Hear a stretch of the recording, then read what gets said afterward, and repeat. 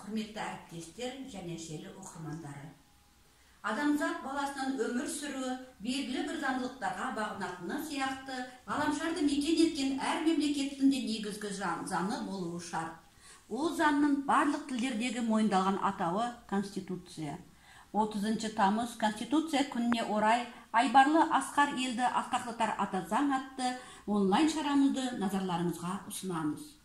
Еліміз 1995 жылы өзінің талғам талқысынан өткен басты құжаты Конституциясын жүрек қалауымен қабылдады. Жасампаздықтың жаңылмас жарлығысы болған Конституция біздің барша жарқын істеріміздің қайнар бастауына айналды. Қастерлі құндылықтарымыздың қағидаларын бұлжытпай орындаудың нәтижесінде біз қысқа мерзімде мызғымас мемлекетімізді орнатып, тәуелсіздігімізді тұғырлы еттік. Ата заң тәуелсіздігіміз бен тұтастығымыздың кепілі ретінде біздің бірлігімізді бекемдеп, елдегі тұрақтылық пен татулықтың берік тұтқасы болды. Конституция мемлекеттік биліктің қайнар көзі халықтың өзі екенін айқындады. Конституция кемел келешектің кепілі. Ата заңымыздың қабылдануы мемлекеттік рәміздеріміз, елтаңба, туымыз бен әнұранымыздың бекітілуі, ұлттық валюта теңгенің енгізілуі, Қазақстан мемлекетінің қалыптасуының аса маңызды кезеңдері болды. Әрбір азамат өзін тең сезінетін, татулығы жарасқан қазақ елінің, қазақ халқының қарымды істері бүгінде әлем жұртшылығы үшін үлгі өнегелі айналды. Конституция біздің асқақ абыройымыз, қарулы күштер, ашық аспанымыздың қорғайтын айбынды абыройымыз. Біздің негізгі заң бұл біз бірлесіп жаңа қоғам, жаңа мемлекет, жаңа экономика тұрғызып жатқан сенімді іргетас. Қысқа мерзімде біздің еліміз болашаққа серпінді секіріс жасады. Біздің көз алдымызда еліміздің жаңа тарихы қалыптасуда. Ұшар басында алып самұрығы қанат қаққан қазақ елі монументі бабаларымыздың мәңгілік орнату идеясына қойылған ескерткіш белгі. Халқымыздың өткені мен болашағын жалғап тұрған, оның мәңгілік мұраты мен асыл арманы бейнеленген бұл алаң еліміздің бас алаңы. Конституция біздің тәуелсіздігімізді нығайтты, мемлекетті және бүкіл қоғамды берік етті.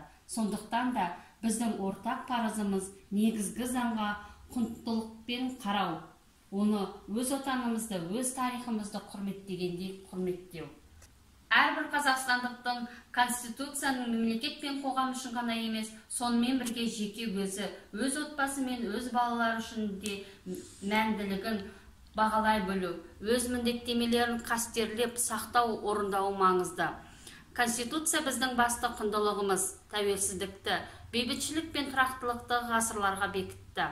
Барша мемлекеттің, институттардың, әрбір қазақстандықтың парызы осы құндылықтардың қырағы күзетінде болу.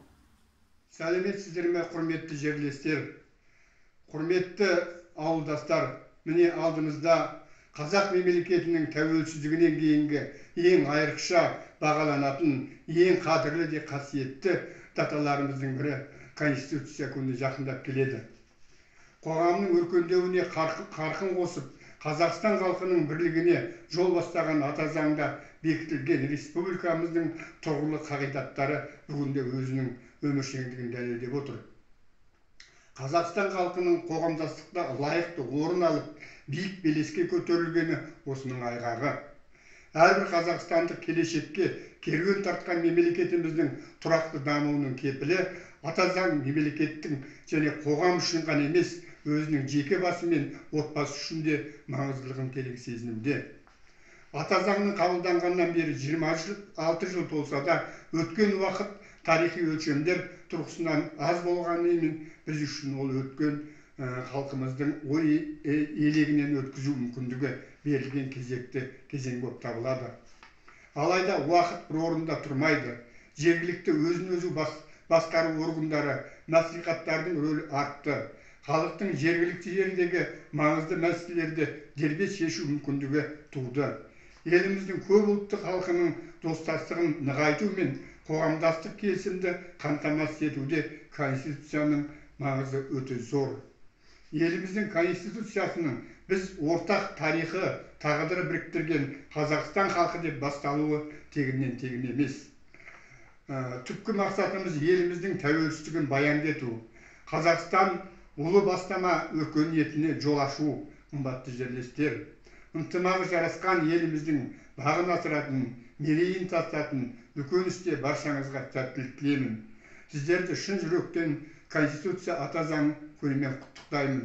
Әрқайсыңыздың отбасыларыңызға, жанұяларыңызға береке мен бірлік, ынтымақ, жақсылық тілеймін.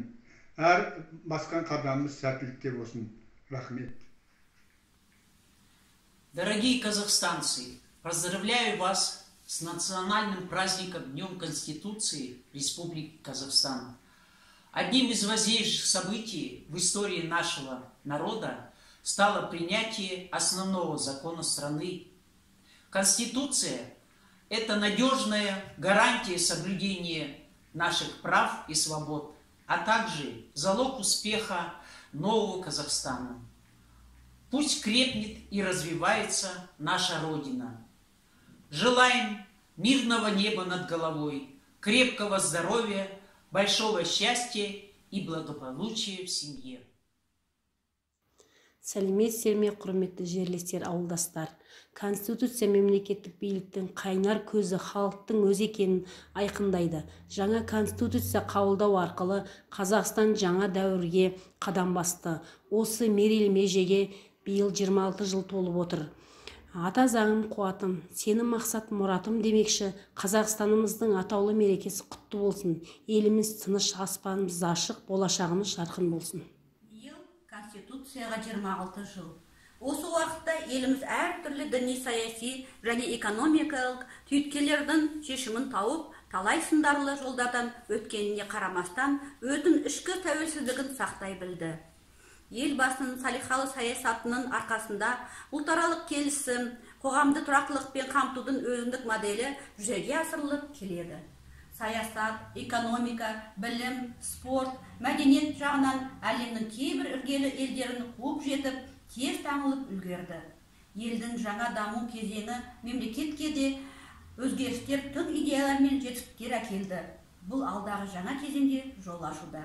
Мемлекетіміздің тұрақтылығына, экономикамыздың өркендеп дамуына, өркениетті ел ретінде танылуына тек Конституциямыз кепіл бере алады. Бейбіт елдің бақытты халқы, түп қазығымыз ата заңымызды ардақтасақ, еліміз әлі талай белестерді бағындырып, жетістіктерге жететіні сөзсіз.